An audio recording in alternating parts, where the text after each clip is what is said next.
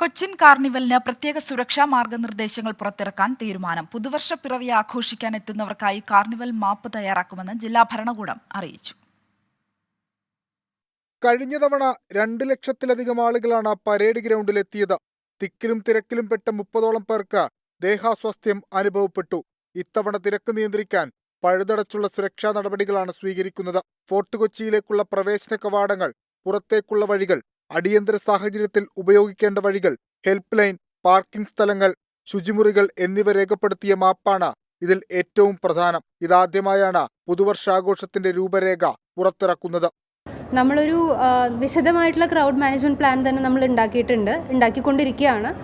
നമ്മൾ ഫോർട്ട് കൊച്ചിയിലെ വിവിധ എൻട്രി പോയിന്റുകളും എക്സിറ്റ് പോയിന്റുകളും നമ്മൾ ഡിസൈഡ് ചെയ്തിട്ടുണ്ട്. ചില വഴികൾ വൺ വേകളാക്കും. പിന്നെ ഒരു പ്രധാന തീരുമാനം എന്ന് പറയുന്നത്, ആ ദിവസം ഈ ഒരു ഫോർട്ട് കൊച്ചി ഭാഗത്തേക്ക് ഒരു വാഹനങ്ങളും നമ്മൾ പ്രവേശിക്കില്ല. എല്ലാ വാഹനങ്ങൾക്കും പ്രത്യേകം പാർക്കിംഗ് സ്പേസസ് നമ്മൾ കണ്ടുവച്ചിട്ടുണ്ട്. അതുപോലെ തന്നെ ആളുകൾക്ക് വരാനും പോകാനും ഉള്ള വിശദമായിട്ടുള്ള എല്ലാ ഇൻസ്ട്രക്ഷൻസും നമ്മളൊരു മാപ്പായിട്ട് തന്നെ ഉടനെ പ്രസിദ്ധീകരിക്കുന്നതാണ്.